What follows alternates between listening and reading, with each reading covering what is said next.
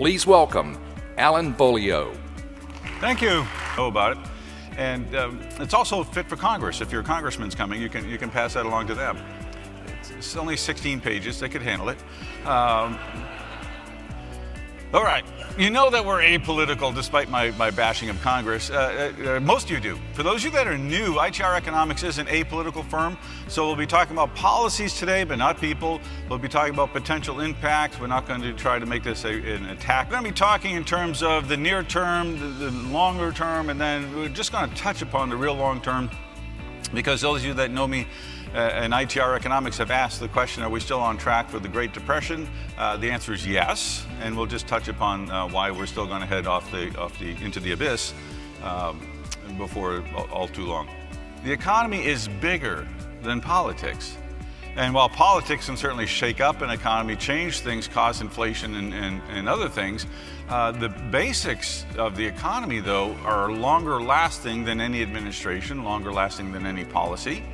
Every new administration wants to roll back things from the previous and add in their new things and add some twists and some turns, but the basic thrust of the economy is cyclical in nature and is signaled by leading indicators. So beware of 2019. Do not have a lot of optimism, neither should you be overly pessimistic. Let's get realistic. It's going to be, in this industry, basically a flat year to mildly negative in some of your business segments. The downdraft happened, and on you go through life. You always can use the rate of change internally to guide your thinking and your tactical approach to the future because it's logical. There's no emotional content. It's the perfect economist, no emotional content. We are the second largest exporting nation in the world. I don't know if you knew that or not. Most people don't think we export anything. We're the second largest in the world. And as we depend upon exports of goods, it makes up about 8% of GDP. That's a huge number. And at 8% of GDP, if it's slowed down because of retaliatory tariffs, the whole economy will slow because of that. It has a ripple effect throughout the economy. They borrow it, which is going to become your problem in the future, dear, as you have to pay that back, or are they going to tax me more? And she says, go ahead, tax the rich. I said, who raised you? Who did this to you? That's a terrible attitude.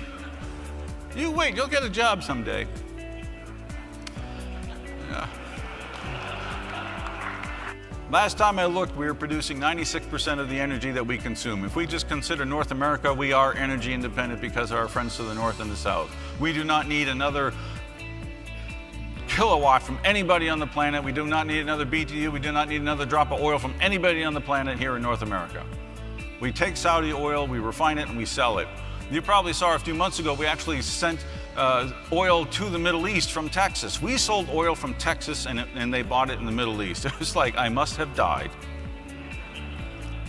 Has been since January, and this has a correlation of 91%, which is a phenom, and it's telling us the economy will be slowing later this year and into 2019. It's a mild rate of decline, which says it will stay a mild, soft year, not a cataclysmic recession, nothing to worry about, but just don't forecast year-over-year growth in the same magnitude. What we have is some real winners and losers here, and some that are kind of on the bubble. Now in the red states, if you don't have population growth, you don't have an economy for long because you don't have labor, you don't have consumers, you don't have taxpayers. That's obviously a huge issue. If you're in one of the states that is pink, you're on the bubble, which means that this is really hard work, but you could make it. If you're in a deep red state, you got some serious problems. That's the perception. Here's the reality. Every generation thinks that about the generation behind them.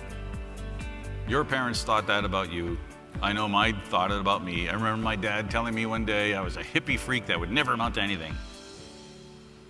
Right on, Dad, right on. It's my goal in life, Dad. You nailed it, thanks. Very motivational moment for both of us. Decade of change like the 1920s was. It's a decade of hope. It's a decade of optimism. It's a decade of inflation. It's also, in the 1920s, a decade where there were 3 recessions. Don't forget that. So there's economic business cycle continues. But think of the 2020s as this decade where we're going to see great hope and change, where another generation comes to power. You Gen Xers, really briefly, and then the millennials. We're going to find that there's a ground shift in this country and an optimism that takes over. That's the Roaring '20s that you'll be selling into. I thank you all very much for your attention and for your patience, and I hope you have a great day. Thank you. Thank you.